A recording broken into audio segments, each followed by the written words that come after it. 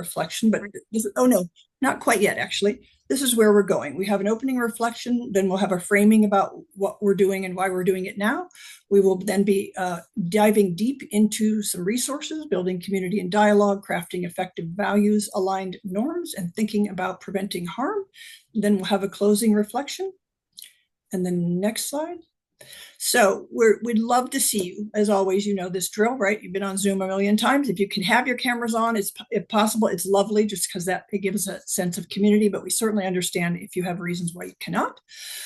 Feel free to interact during this seminar by unmuting and speaking out at appropriate moments or raising your hand so that we can recognize you if something is going on, just sort of waiting for the right moment to speak. And we'll call on you using the chat to talk to each other and to all of us who are hosting this, and using reaction buttons. You can, somebody already did it, I think I saw, where you can send up a heart or a clap or whatever you want to do. We will be and are recording this session, and it will be available to you at the end, and we will send out an email after this happens with the recording in it, as well as additional resources related to this topic. So that will come to everybody who registered, as will the slides. We will be not be using breakout rooms, just in case that matters to you, but there will be lots of activity going on with Mentimeter and polling going on. And if you can think of your questions as they come, we'll go through a couple different exercises, and then during and after the third exercise will be a time when we can actually field a lot of your questions. So we'll be tracking them in the chat. Hold on to them if you can.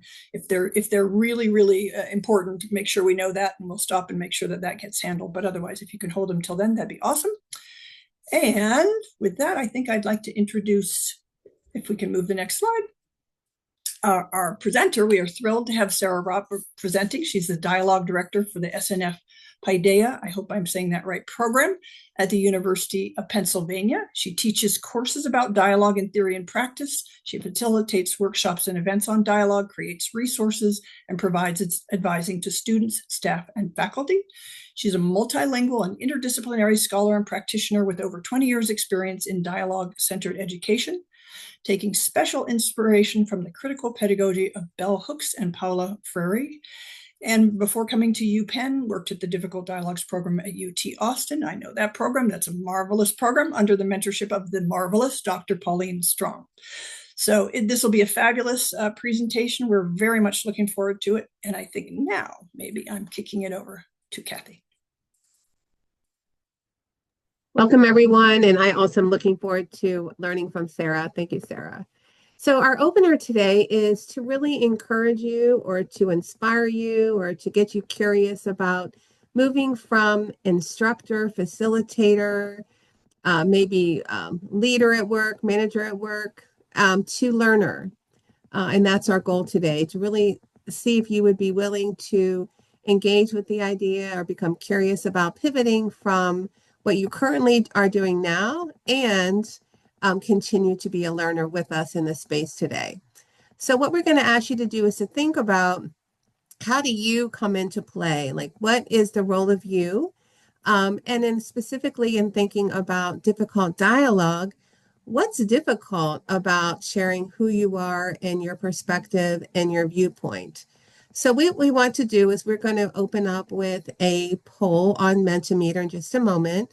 And we're going to ask you to share all the gifts and talents that you are bringing to our learning space today, because we also want to learn from you. So if you would take a minute to go to menti.com, menti.com. And when you do that, it's going to ask you to insert a code. And the code is there on the slide. If you look at the top, 2914-9202. And it's also in the chat. Menti.com, and you put in the code. And what we'd like you to do is to answer our question. How ready are you today, October 30th, look at all of you, to engage in conversation, especially when your opinion might differ or might not from the rest of the group? So enjoy the live poll with us as people put their responses in. And thank you to everyone who's doing that.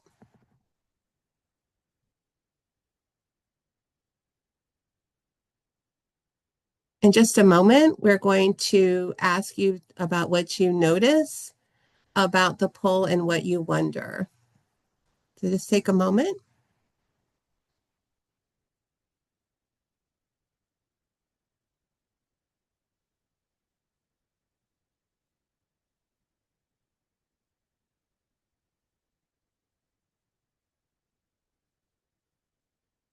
Would anyone be willing to come up, Mike, or put in the chat, what are you noticing so far about the poll? What are your thoughts?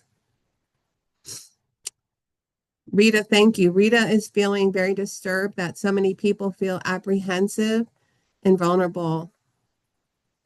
We'll take a deep breath with you, Rita. Thank you. Someone else, what are you noticing or what do you wonder about?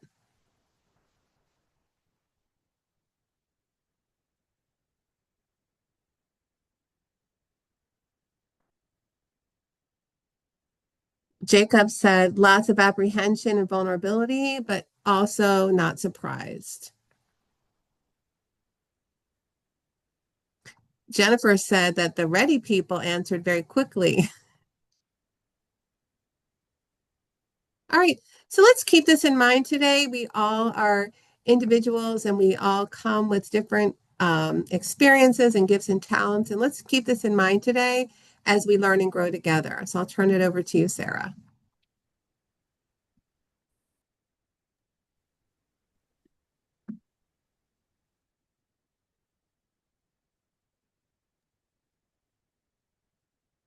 It's me now, right, Sarah? Yeah. Perfect. Sorry.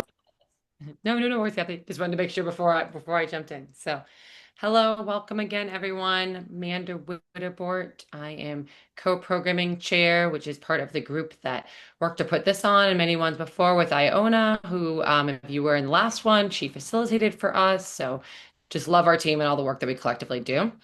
Wanted to share a little bit about today's framing. It felt really hard to shrink it down and share what we want to do or what I want to do, but a lot of what we talked about is trust and vulnerability and building brave spaces, but in this moment, right? And how is this month, this year, this time in society different than before when a practice of dialogue has been building brave spaces and how vulnerability and trust show up in that. And so many of us are thinking, and we've heard from you all that you're thinking, what to do with the worry about how our views could be taken.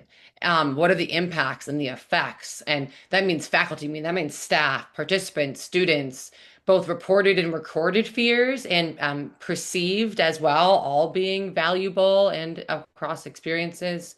And so when we were sharing about that as a committee, then what we talked, some of us brought up Adrienne Marie Brown and the work that they and other folks have done, specifically in building trust and interdependence, or what I like to call weaving together, going towards each other and towards topics opposed to away. And so both the books, Emergent Strategy and We Will Not Cancel Us, which I will drop in the chat in a second, we spoke through it. I'm not going to try and summarize them in a sentence or two because they are purposefully nuanced about themselves. But I'll notice that what we thought in there is this interdependence, and what we can do in the spaces that we are in to create that in action. And so one of the principles in emergent strategy, which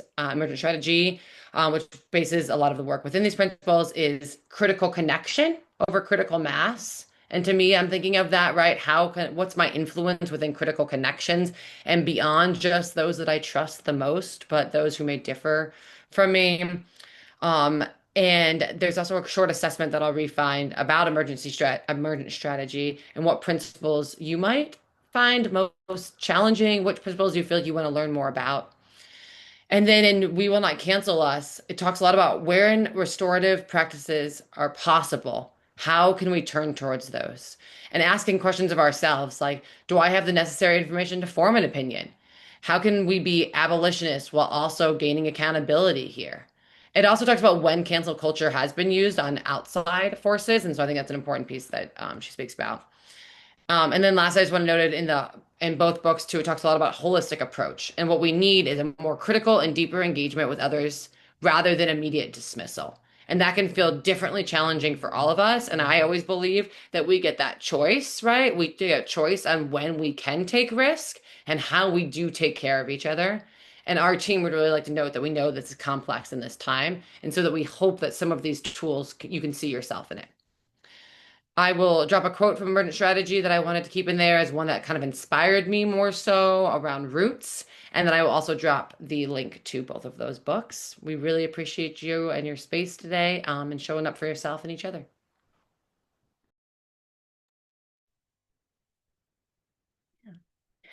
Well, hi, everybody. Thank you so much to Libby and Kathy and Amanda for opening us up today. And thank you so much to the DDNRC as a whole organization and also the programming committee, which I have recently become a part of, for welcoming me in today. I am really honored by this opportunity and really glad for the chance to share with you all.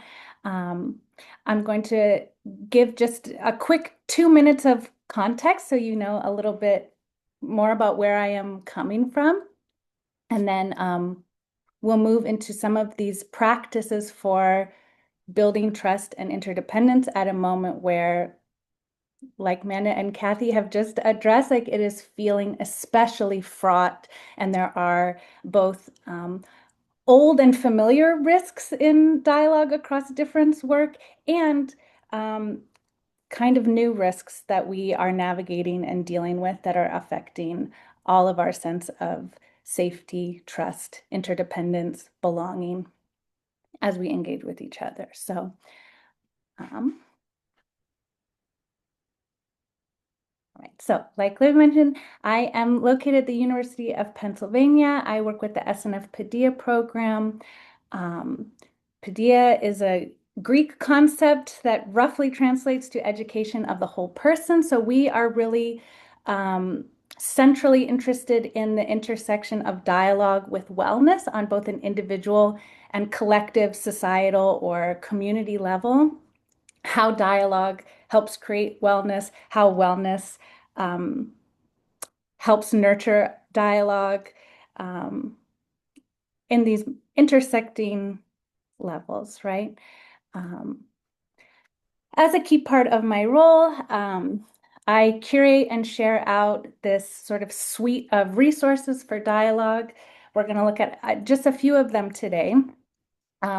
What they are is one-page graphic summaries of key concepts and practices for facilitating dialogue, planning dialogue, and participating in dialogue. So they're relevant whether you are a participant or a student who is interested in dialogue work or a facilitator.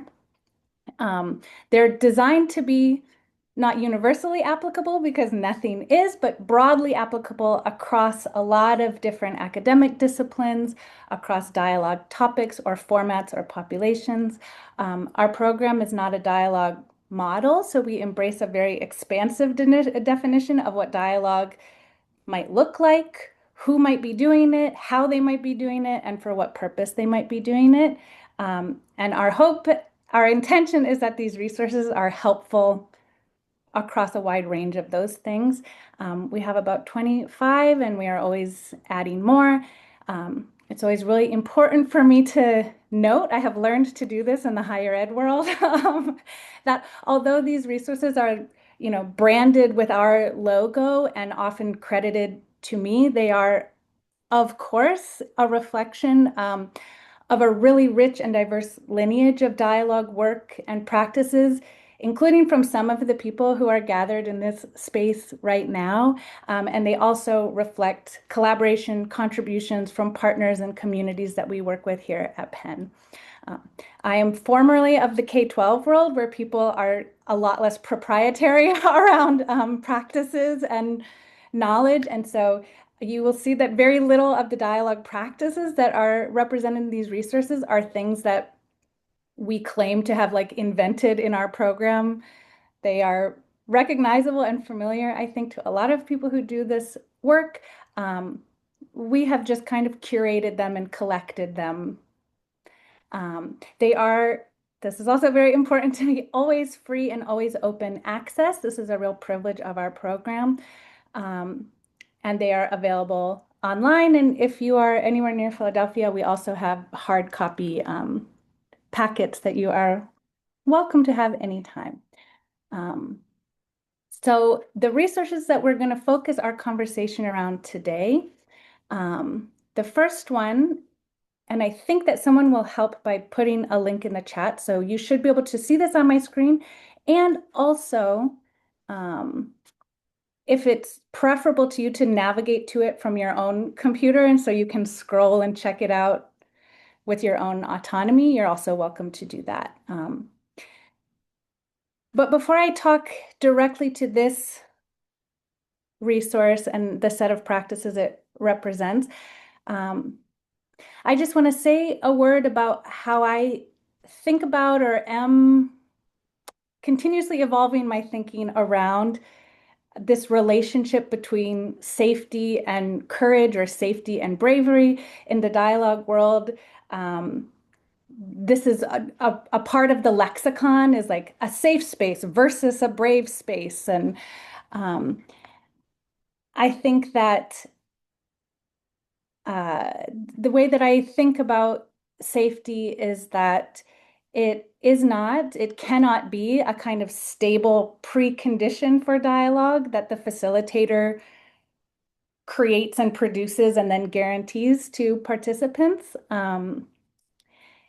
Instead, a sense of safety can never be guaranteed, but a sense of safety or relative safety is something that is actively co-created by all of the people present through the process of dialogue. So rather than a precondition of like something that exists before dialogue so that dialogue can happen, I think of building safety as something that happens through the process of dialogue in a kind of circular and cyclical way. And I think that as we take progressively greater risks, right, and we learn that the earth will not swallow us whole, to reference that Tomas Rivera novel, like we learn, oh, the earth did not swallow me. Like I offered that, and things might have been tense, there might have been conflict, but there was accountability. It got worked through. As those things happen, more safety is created through bravery and vice versa. So rather than a kind of dichotomy between safe or brave space, I think that they're mutually reinforcing, mutually co-creating things. Yeah, and so the first thing then that I want to talk about is just the value of really spending time and intentionality on building community, building belonging, building a sense of trust with and between participants in dialogue. And because, like I said, I think that it's co-created by all people present. I think that these are relevant both for facilitators and participants. So belonging, as Jeffrey Cohen in his book Belonging describes it, is this feeling that we're part of a larger group that values, respects, and cares for us, and to which we feel we have something to contribute, right? And so without trust or belonging, people might be willing to share their ideas, especially in more academic spaces, but they are much less likely to share the identities, experiences, and feelings that have fostered those ideas or that are associated with those ideas. And so in order to try to distill some, I went on a kind of journey of like how to create belonging and dialogue. And we have a community of practice here at Penn, and I asked them about it. And I facilitate a graduate reading group about dialogue, and I asked them about it. My colleague, Dr. Rina Alamin, this is her area of scholarship. And so I consulted with her, and I consulted the research of Jeffrey Cohen. And out of all of that, I identified these kind of three key principles. The first one, it seemed like everything that people were offering seemed to revolve around this concept of affirmation. Affirmation of people's inherent worth and humanity without making them first prove themselves or meet a performance standard in some way, right? And so I will not read out all of these practices, but here is the kind of abstract general principle, and then lots of concrete actions that a person can very demonstrably take or not take that support affirming people's inherent worth and humanity. And some of them it's very simple things, right? It's like use people's names, act happy to see them, even if they're late, critique their work, not them. Affirm them, challenge their behavior when accountability is necessary, right? Make sure that everyone present can participate, even if they are not as prepared as others in the space, right? Another principle is affirm people's value as members of the community through invitations to actively contribute. I'm going to ask you to actively contribute in just a minute. And again, you can, as Kathy invited us to at the beginning, right? Like think about how this applies in your contexts, in your spaces, in your roles, right? Think about how you might change, add to, adjust some of these things. But this is like opening with a check-in where everybody is contributing before the conversation proper sort of really gets going, right? Like Kathy opened this up with a wonderful check-in. The second page of this document is the art of the check-in. So it like goes deep on here's how to do a check-in. I won't go through that, but it's there. And it's also things like democratic decision-making processes, even around really small and seemingly inconsequential things. Like, would you all prefer the lights on or off? Should we start with this question or would you rather start here first, right? Like offering choice indicates that you respect what people are bringing, not just to the conversation, but also to its structure and how it proceeds, right? To the community as a whole. And the third principle is affirm people's agency, autonomy, and individuality, as well as the other communities they belong to beyond this group, right? So that is things like, cultural humility and cultural competence, being mindful around what you label as normal, typical, or neutral, right? Inviting people to share their access needs, inviting people to share cultural rituals or artifacts, inviting people to name their own purpose and goals for dialogue, for for either the isolated conversation that you're having or the series of conversations that you're going to be having, along with talking about the sort of collective purpose that's important for you as the facilitator. So here are a smattering of practices that I gathered from all of these different sources. I would love to ask you now via the same Mentimeter. So if you have it open on your phone or your laptop screen, you should still be in the presentation. If you have joined since then, all you have to do is go to menti.com, menti.com, and then enter in the code that's on the top of the screen. And then I would love for you to share which of these practices from the resource do you find personally most effective? Maybe you have experienced them directly or you have performed them directly as a participant or a facilitator, or maybe you're like, oh, I wish someone would do that. That would really help me, I think.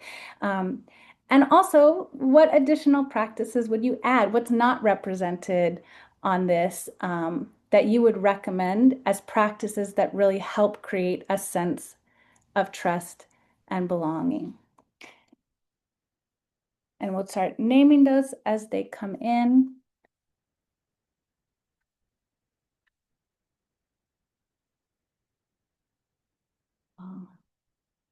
Thank you so much to Hamida for all of this sharing in the chat. That really helpful. So I am seeing the check-in, greeting and welcoming, learning people's name, learning to pronounce them correctly and using them. This is a big one for me. And also like accountability when you don't, right? Like it can be really vulnerable to acknowledge like, oh, I've been pronouncing your name wrong, or oh, I called you the wrong name. But I find it's really meaningful to people when I say, oh, your name is Jameson. I just called you James. I'm so sorry. I'll stop doing that. Affirm people's value as members of the community. I'm quick to notice who is dominating the conversation and who is not. So being attentive to the dynamics and sometimes the politics of those dynamics. The check-in. Well, thank you for affirming thank you for affirming my contribution. That makes me feel belonging in this space. The affirmation of inherent worth and humanity, I think, is a really wonderful one. This is an upvote for that. Years ago, when I was a Spanish instructor at the University of Texas, there was a student who would come to my class fully 20 minutes late every single time. And I got an email from him at the end of the semester, and he said, you know, it has taken me a really long time, but I finally went and got tested for ADHD, which I have suspected that I might have, and that diagnosis has been confirmed. And he said, the thing that made me do it is that you always seemed so happy to see me, even though I was late every single time, and I had never experienced that. And that made me feel like maybe I wasn't just a terrible person and a terrible student who couldn't manage to get to class on time. Maybe there was something else going on. Recognizing the contributions to the community. Yes, a welcome circle. I would love if whoever put that could put a little bit more in the chat about what a welcome circle is, because I haven't heard of this practice and I would love to learn more. Getting everyone's voice in the room is an important way to start. Thinking about the physical arrangement of the space and of technology. Yes, I love that. We have another resource called Curating the Environment for Dialogue, because I am passionate about that too.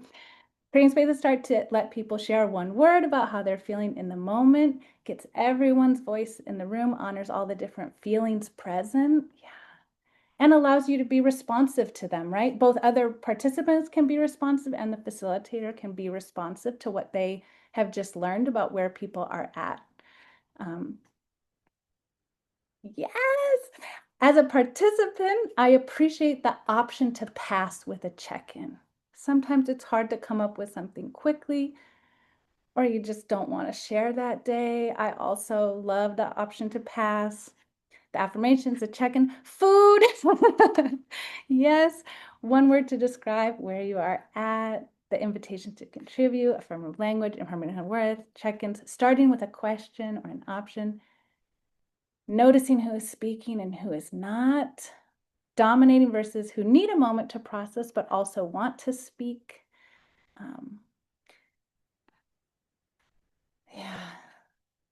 Yeah.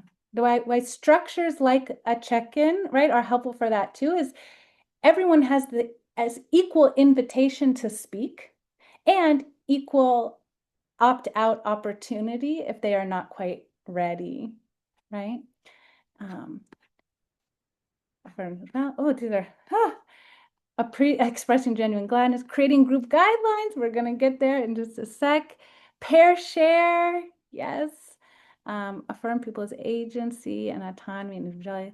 Lead with curiosity and show interest when meeting or engaging with a person or a group of people. This person affirms the distinction or between safe and brave space. It is all of our responsibility to do so, and it really varies by the number of folks.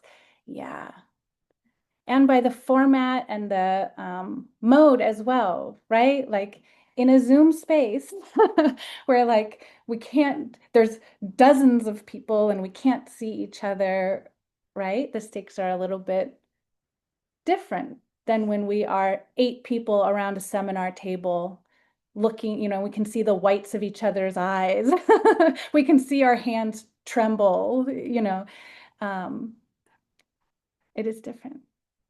And it's why, for example, for the purposes of this workshop, right, we opted for this kind of interaction, which is public but anonymous. So people's voices are represented in this Mentimeter, but they are not attached to names. And so the vulnerability level, the risk feels less if you're in a space where you're not quite sure if what you're offering will be well received by others. I'm going to read the last couple. As a person with a few visible privileges, I tend to make self-deprecating comments and jokes to communicate that I do not perceive myself as better than anyone else. Paying attention to who goes first. Co-creating community agreements. Again, we'll get right there. I want to say too with this one about like gesturing towards humility, right? Which I think is beautiful. And I think that a related practice, right, is like gesturing towards your own vulnerability also, right? Like humanizing yourself and gesturing like, you know, I am a facilitator. Like I may or may not be positioning myself as an expert on whatever the topic is. Here's my relationship to it. I'm very transparent about my intentions for it. I think all of these things help. Okay, and I see in the chat that, is it Johanni? Johanni? Johanni. A welcome circle is a restorative practice that encompasses different layers. Tier 1 involves conducting a welcome circle to foster getting to know each other. I implemented this during our first class, and it was a hit with all the students. They each learned something unique about one another. Okay, I love this. And this sounds similar to the I'm going to get the name wrong, but in Stop Talking, which is a book that Libby co-authored with Larry Merculeaf, there's the artifacts share where people bring something and talk about it. This sounds similar to that.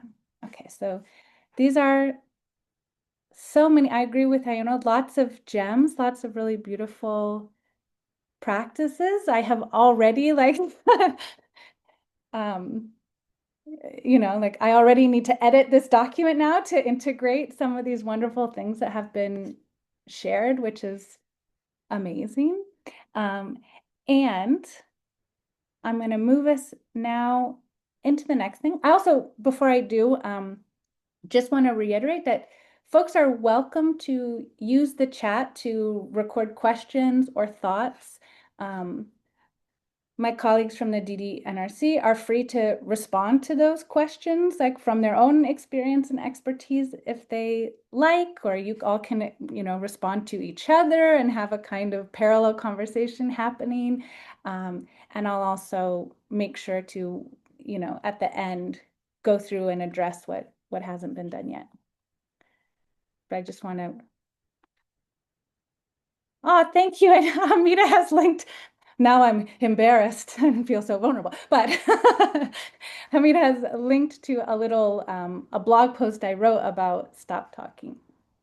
But please check out that text if you're not familiar with it. It's a really, really good one and also full of amazing practices and theory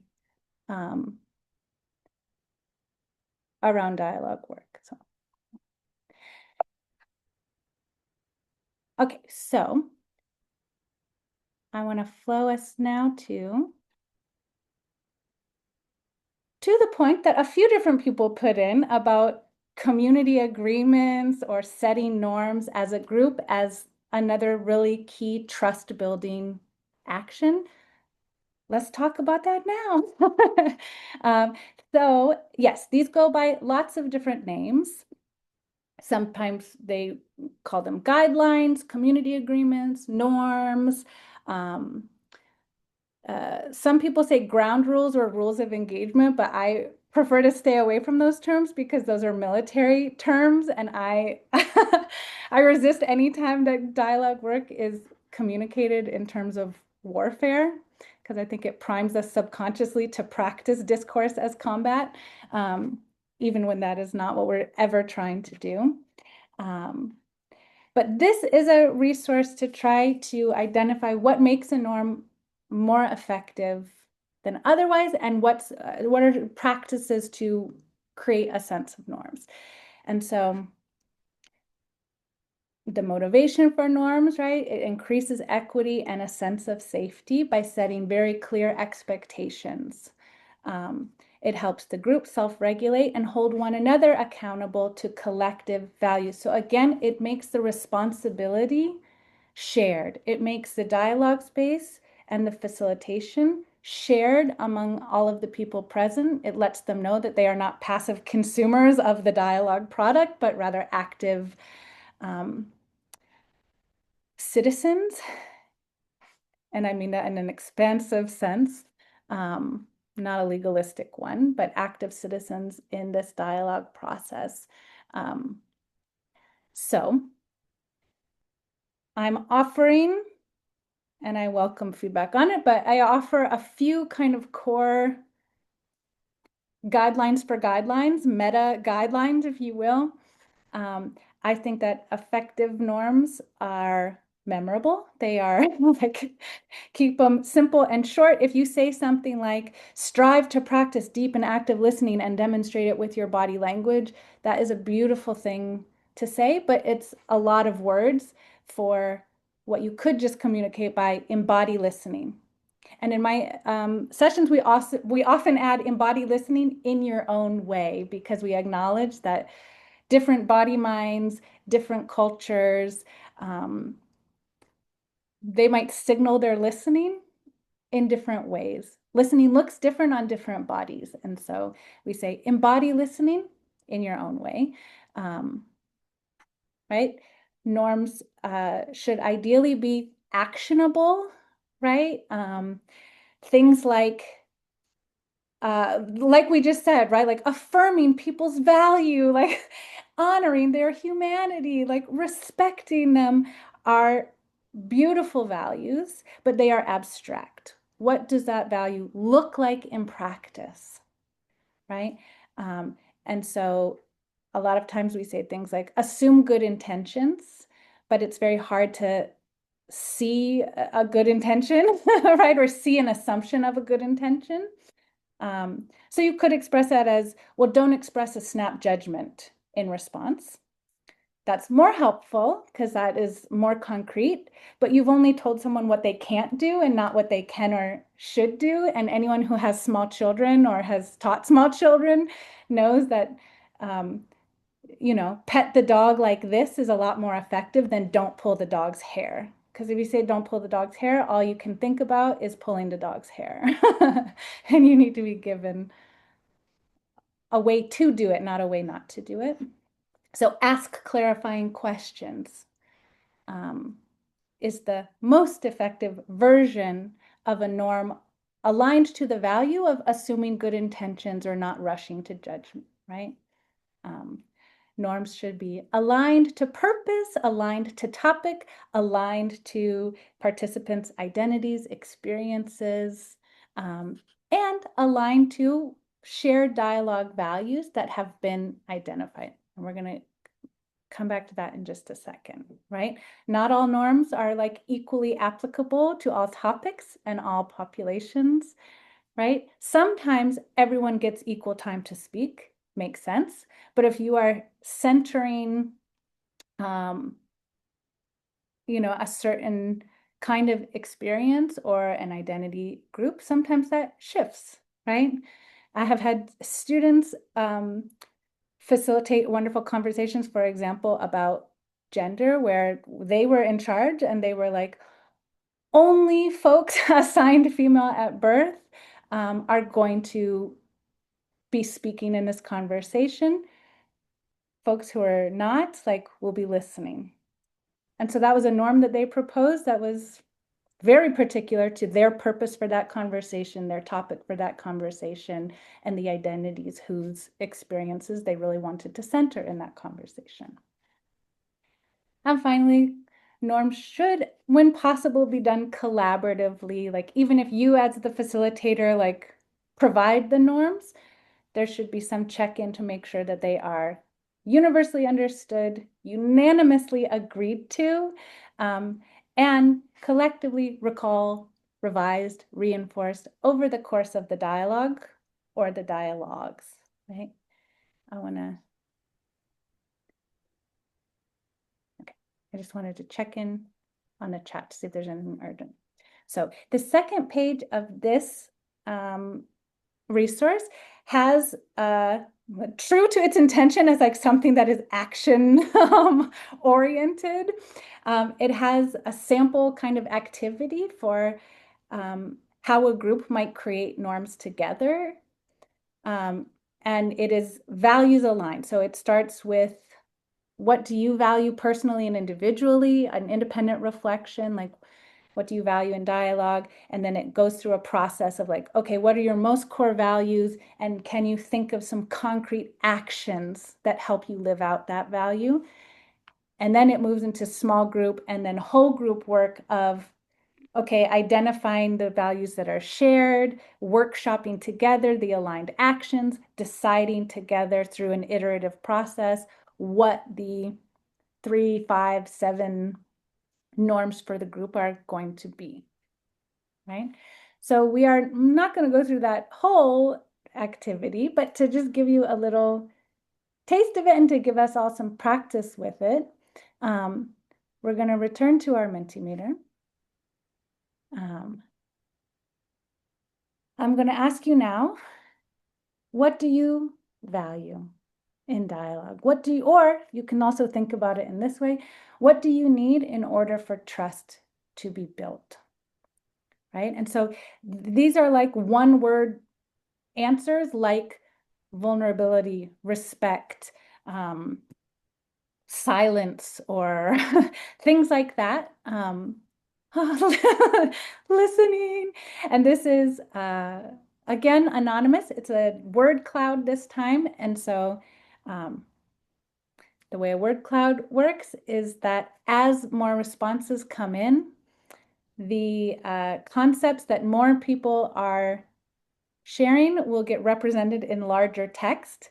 And so if you have access to this kind of interactive presentation technology, this is a really handy way to very quickly and efficiently identify values that are common and shared among a lot of people in the room. So I can tell 16, 20 people, 23, 45 people have already answered, and we can see that listening, curiosity, honesty, vulnerability, accountability, collaboration, compassion, sharing, and respect are values that are shared by multiple people in this space. And we can also see acknowledgement and acknowledgement again. We can see open-mindedness, presence, active listening, positive regard, which is a lovely way to say that, space to think, dignity, different cultures, mindfulness, affirmation, not silent, safe space, kindness, sharing your own story, clarifying, distraction-free space, deconstruction, consideration, dignity, again, relatable, transparency, reflection, purposeful intent, silence, connecting, shared vulnerability. And so even as we look at the ones that fewer people have offered, a lot of them resonate with or are connected to ones that are represented, right? Like shared vulnerability and vulnerability. I see confidentiality, empathy, and presence are ones that have now emerged. They've gotten a little more weight behind them. Yeah. So, like I said, this is a wonderful way to like hyper efficiently get a read on what people really feel like they need in a dialogue space. I confused her. And what I'll ask you to do now is to think about, oh, well, Something popped up. Okay. I just wanted to make sure I don't miss something. What I want to invite you to do now is to pick one of those values. It can be one that you offered or one that somebody else did that you resonate with. You could also do an interesting thought experiment and pick one that you absolutely don't resonate with and like do a perspective taking exercise and think about why someone would value that and then how they might live it out.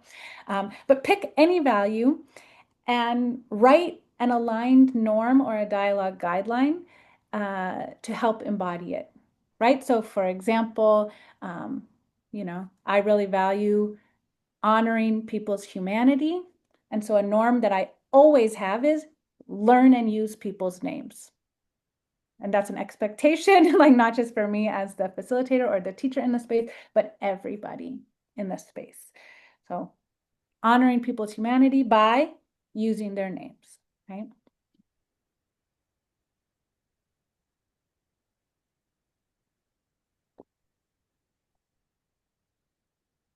And remember that this is an anonymous space. So no one will know who offered what and no one will judge who offered what.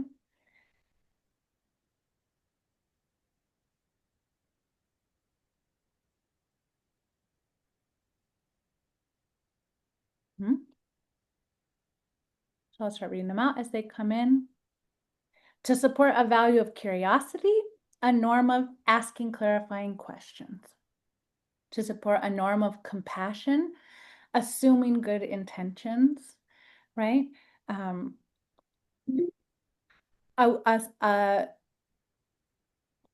little more concrete way to think about that might be express an assumption of good intentions, right? Because you can demonstrably do that, right? You can say, or you could say, affirm people's vulnerability might be a way to embody compassion in a way that is visible, observable, concrete. Right? For a value of listening, you might have a norm of no phones or other distractions, body language. I wonder, and I'm going to re-invite via the chat, or you can answer this also in the space of the Mentimeter, whatever you prefer. But I'm curious for those who are really thinking about how to value and center listening and how to deal with the tech issue. What are the norms or the practices that you are using to help people be present? Because I also saw presence as a real shared value. And so I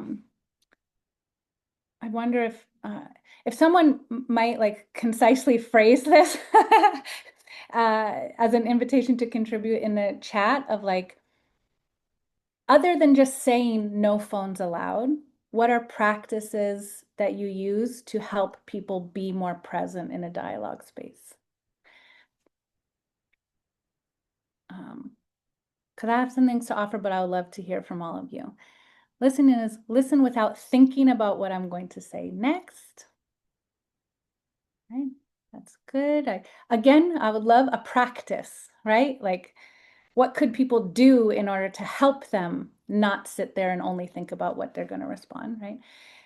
So confidentiality, share only what you learned, not from whom you learned it or any identifying details. This is a beautifully concrete and actionable practice, right?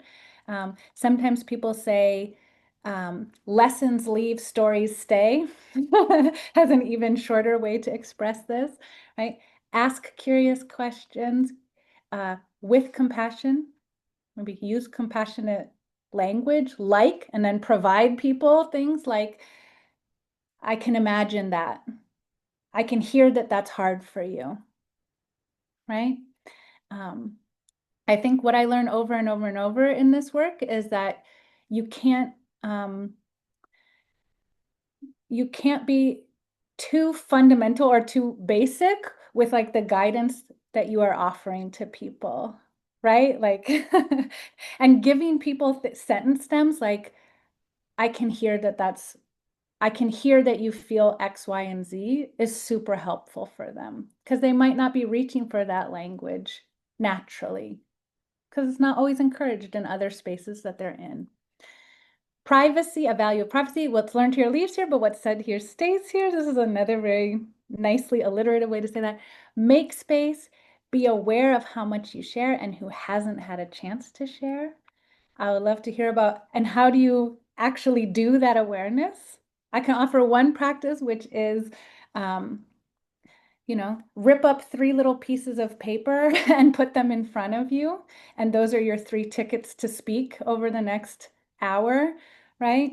And you can use them up early or you can wait until last, but having a visible, this is like very 9th grade English teacher stuff, which is what I used to be, right? Like having a visible tool in front of them really helps people attune to how much they're speaking. And it also serves as a kind of encouragement to quieter folks, more hesitant folks of like, oh, I haven't used any of, and you can also pause at a certain point and be like, have you used any of your tickets? If not, I want to invite you to share if you're comfortable, you know. So for a value of listening to understand, not to respond, before offering advice or sharing your perspective, reflect back what you heard to show you truly grasp the other person's feelings and point of view. So a norm of mirroring, right? A norm of check comprehension through mirroring might be a a slightly more memorable, condensed version of that, right? It's a wonderful practice. Allow silence. Don't rush to fill the space. Sometimes you can, sometimes I'm like, no one's going to speak for a minute.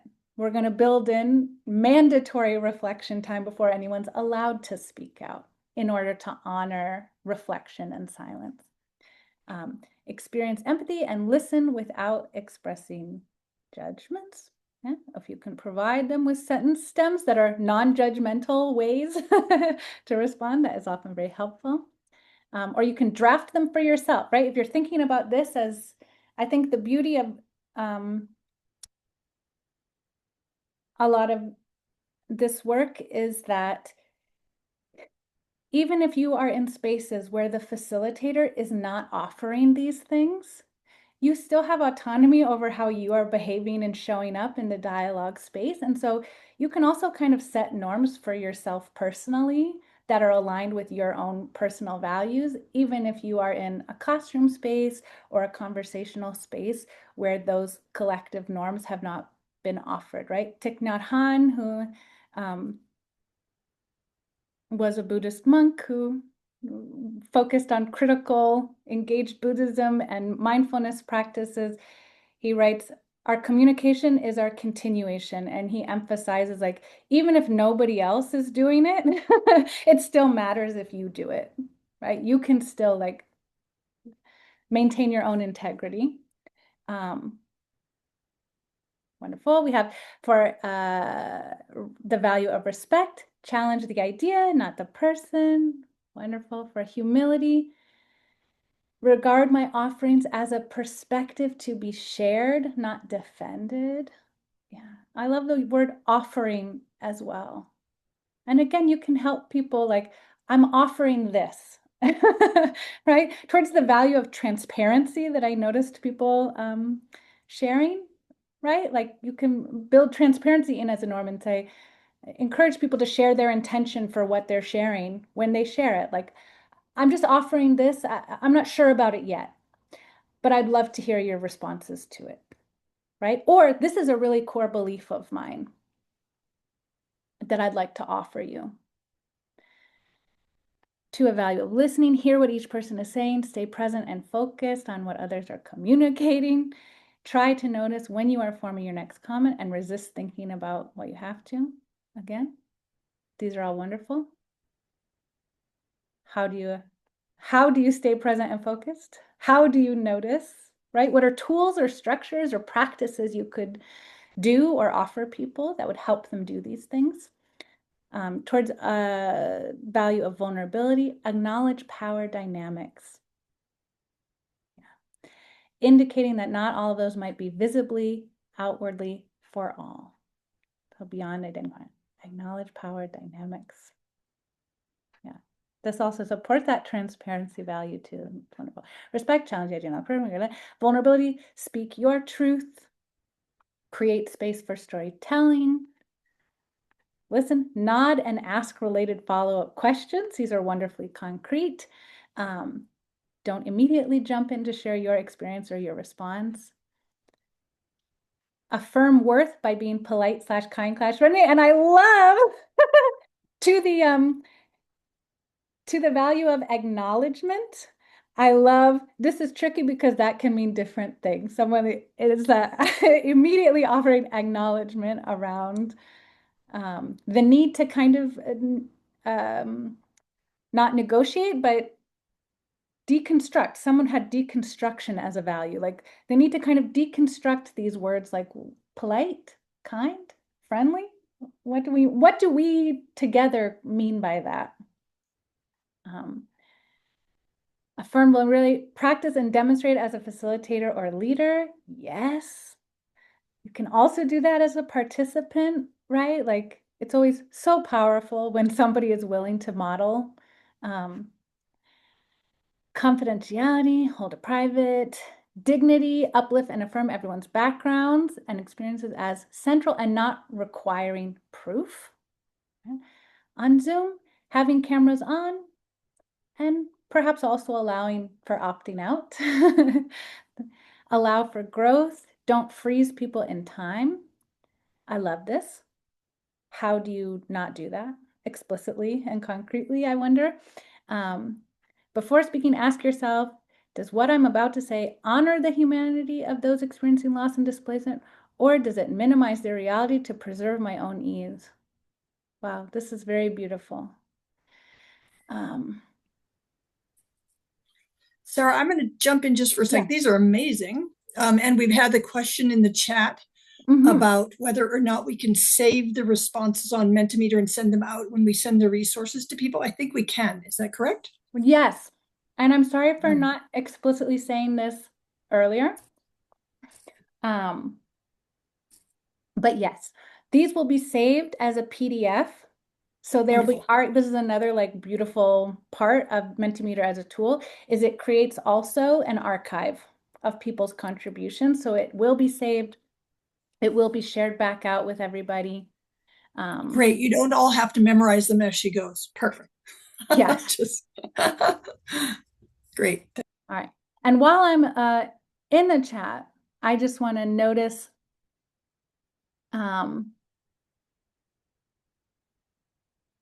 a few of the things, and I know that I might be missing them, but allow people to share if they need to check their phone because of personal circumstances. Yes, I really appreciate this, Zaina. I hope I am saying that correctly, Zaina. Or Zena.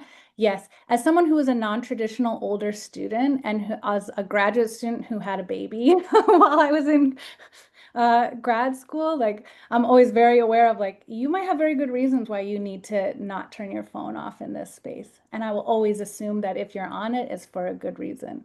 And sometimes in this amazing way, expressing trust in people, they don't want to abuse the trust that you have already expressed in them before they have earned it, quote unquote, earned it. And I have found that allowing for like respecting that in people makes them actually a lot less likely to try to access their phone, right? I appreciate Roger's note that speak your truth requires unpacking and clarifying. I agree.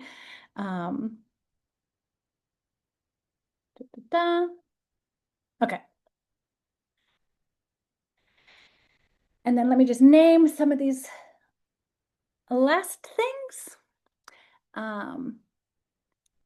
Yeah, so we were looking at ask yourself these questions, right? Does what I'm about to say honor the humanity of those experiencing loss and displacement, or does it minimize their reality to preserve my own ease?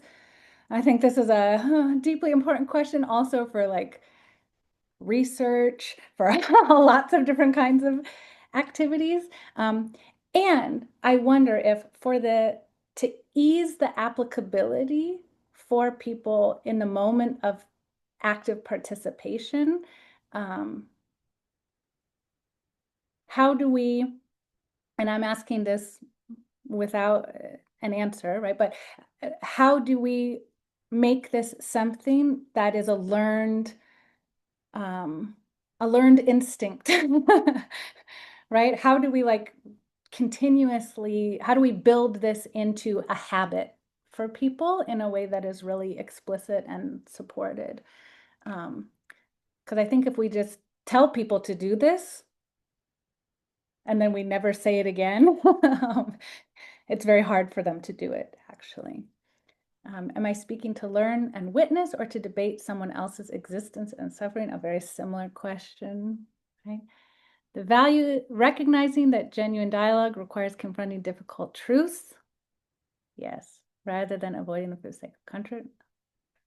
I agree with that value. We hold space for strong emotion, including anger as pain, as legitimate responses to injustice rather than obstacles to conversation. Yes. I love this one. This a collaborative resource that also came out of our instructor community of practice. We had a conversation around creating space for emotion and dialogue. And I just asked everybody, like, what do you do? And it's very similar. They poured out practices and I collected them all. And that is one of the resources on our resource page, is like, what does that look like? And people from all kinds of different disciplines offered how they do that. How do they hold space for and also respond to strong emotion when it shows up in their spaces? And then we have, once again, wonderful concrete practices around how designing the space can help with listening, right? Including things like the temperature of the room, the noise level in the room, giving people flexibility to take care of self. A norm that I always include among my guidelines is express and tend to your needs, physical, emotional, intellectual. And we unpack what that means, but it's, if you need to go pee, go pee. Don't ask permission. If you need to eat or drink, eat or drink. But also, if you're not sure what's going on, express your intellectual needs by asking for clarification, right? Express your emotional needs by saying, I need a minute, or I'm not ready to respond yet, etc. And of course, the structure of the room can help with that.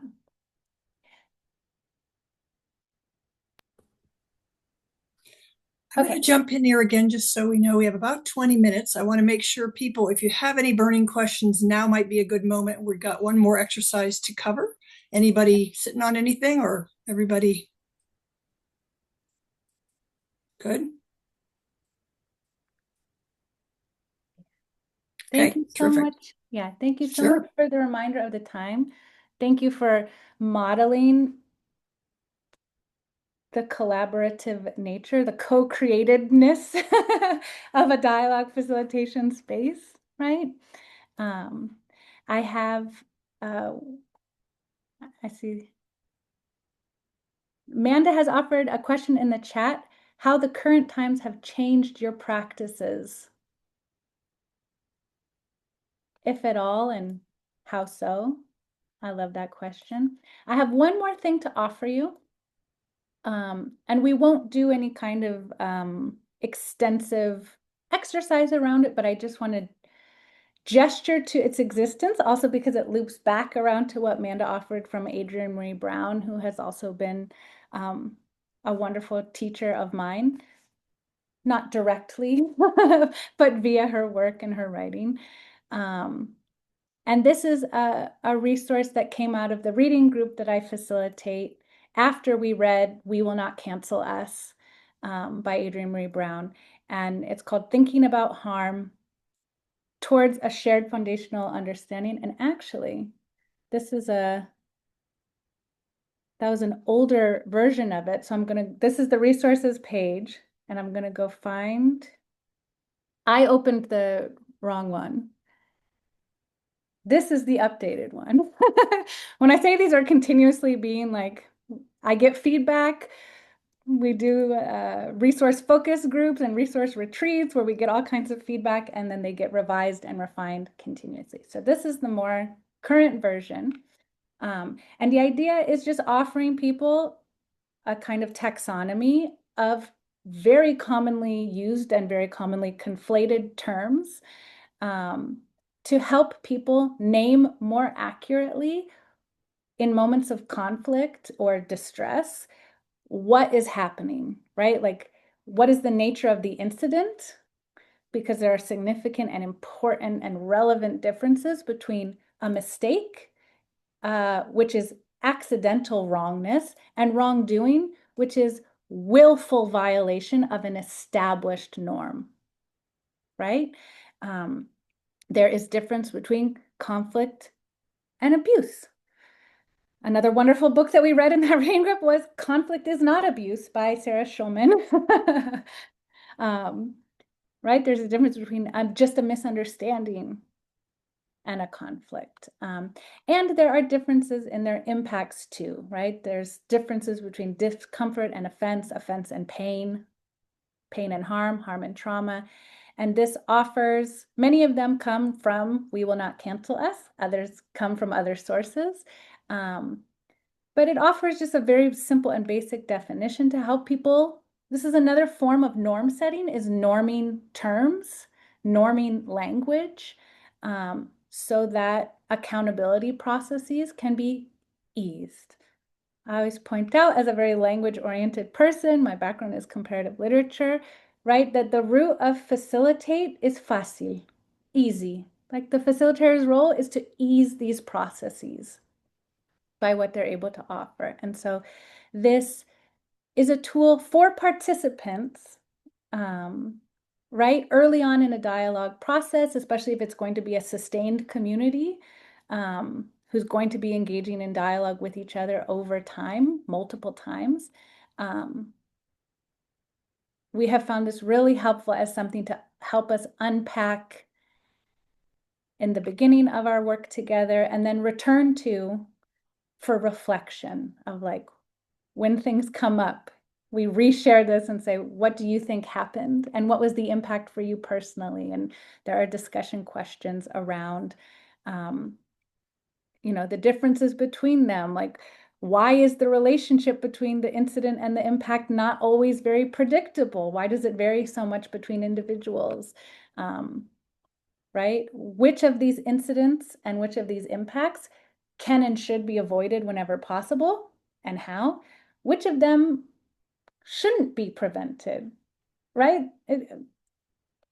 Not all conflict is destructive or bad conflict, right? Not all discomfort or a pain should be avoided, right? Bell Hooks talks really convincingly about the need for pain when confronting social injustice, when if you're, she's like, if you're not feeling pain in response to other people's pain,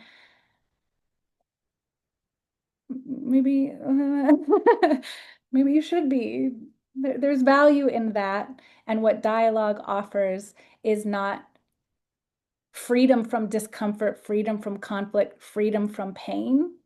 It does not offer a guarantee that those things will not happen, but the dialogue space does say when those things happen, there will be care taken, right? What the dialogue space, it doesn't guarantee safety, it guarantees care, that care will be taken in how these conversations are approached and how they are managed and responded to. So with that, I will just return to the chat. We have like 3 minutes, so I just want to see if there are any questions or comments that people want to raise in relationship to this final resource or any of the other ones. What is on people's we may minds? actually have a little bit, we may have a little bit longer than that, I think. Someone can correct me in terms of actual technical access to the Zoom. I'd like to say, Sarah, this is a marvelous resource in these times. The question was raised earlier by Amanda, how are we changing our practices given the state of the country and the world? And I think this is an area that I have to focus on more now, parsing with people what truly involves harm and what can be done about it if it and when it happens, so that people do feel they can share. I don't know what other people think, but I think this is a very useful deep dive to have in certain circumstances before we engage in certain kinds of conversations. I like this very much. Thanks for offering it. Thank you for that, Libby.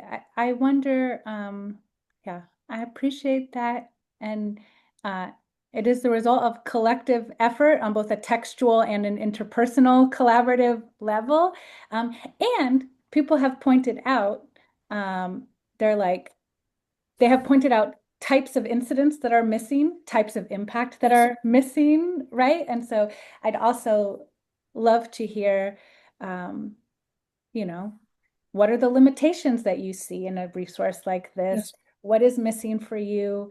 This might be an interesting document to put up for this community in some Google form-ish, some smart Wikipedia-ish form for people to collectively comment on, because I do think it's quite useful, and lots of people might have things to offer. Yeah, well, I'm always very greedy for feedback. And so I would love that. And that would be super, super helpful. Again, I cannot emphasize enough that these resources are all the result of collaboration and community. And so we do have a question. I'm yeah. sorry, I keep interrupting you. I'm sorry. No. We do have a question in the chat. I did not mean to interrupt you. I'm truly sorry. How do I create brave spaces for honest conversation about Gaza, Sudan, and other next crises when students fear institutional retaliation, doxing, or career consequences? Yeah. Yeah. Thank you, Iman, for naming explicitly what some of the new, or depending on what political, cultural identity context you are coming from, some of these things are not new for people based on the experiences that they have had. But when we say there are both the risks that have always existed in dialogue work around self-exposure and vulnerability, these are some of, those social, emotional, relational risks are now paired with these very structural, legal, political risks that are really, really serious. And I invite people to do what Samia is already, or Samia. It's Samia, right? Is already offering a response. I would invite other people to also offer responses, because I think we're all figuring this out together. But Samia says, I do a coffee cookies thing where students can come and chat, and those conversations come up, and many times students solely want to vent. We do something really similar in our program. We're the Paideia program, and every Friday we host Cafe Paideia, which is just a 2-hour drop-in community space. We serve tea and cookies, and there's no set agenda or set topic, but very often, people come wanting to talk about these things. Iman offers, I need to co-create with experts frameworks that distinguish between bridging across good faith political difference and not requiring victims to dialogue with those who deny their oppression. Yes. And if anyone would like to collaborate around this work, I have kind of a core side quest or key interest of mine in dialogue work that is that for the purposes of certain things that I am personally interested, that resists on frameworks of bridging understanding and empathy, not because those things are not possible or not transformative and amazing when they're able to happen, but because they cannot always happen. And so I'm really interested in thinking about what else is there. If we're not bridging difference or creating understanding, there's a lot of other things that we might be doing, like healing or bearing witness, things that don't require comprehension in the same way in order to be realized. So I love to think together about that. Zaina, I hope I'm saying that right. Again, at UIC, many of the cultural centers have organized listening sessions and support sessions for students and staff and faculty. Zena says we also do wellness events where they can do something with their hands and can discuss something in addition to educational programming as well. I love that. Hamida shares, when I was creating a space for dialogue, I would be crystal clear, hyper transparent about the topic, the intentions, goals, and general ground rules, and also work with our student affairs friends to clearly share students' rights. So I think, yes, I'm a big one up on just transparency and explicit expectations. And I think transparency also about the risks, right? Like I think explicitly naming that these things are possibilities in our political landscape right now, and that there's something that everybody in the room should keep in mind, like that they have the possibility to really hurt each other. And we have to address that. And asking the people in the room, how do we navigate this together? How do we create a space for open sharing? And build trust with one another, whether we are 10 people in a room or 150 in a room. Like, how are we going to do this together? Asking people, what are you personally afraid of? What are you personally holding and worried about? Gathering that, anonymously, and then as a facilitator, making choices based around that. Right? And then Zena is also sharing a couple of other resources, which are wonderful. I see that we have 5 minutes left. And so Libya, I want to push it back to you for our closing. And I'll also return to our slides here. But I just want to say thank you all so much for your contributions, for your presence, for your affirmation and your welcome and your listening. Thank you, Sarah. That was fabulous. These are fantastic resources. I think everybody's going away with some concrete ideas and some bolstering for their own work. We really appreciate your contribution and everyone for coming. It's really grand to be in community together at this time, working on these challenging issues and offering these amazing gifts that we have to our communities. So we will send you, as I mentioned, everybody who participated will get an email from us with the slides, with the many of the resources that we've offered, with a recording, and we're hoping very much, and the Mentimeter stuff, as well as we hope, the chat information that people shared in the chat. So it's really terrific. And keep an eye out. We will be offering probably, I think, one more webinar before the end of the semester. So probably in November, we might have a community of practice. So we hope that you will join us again soon and contact us if you have any questions. Otherwise, take good care. Again, thanks to everyone who has been involved in our team. And let us know if you need anything. Thanks so much. Thank you. Thank you, everyone. Have a great day. Thank you. Thank you all. It was awesome.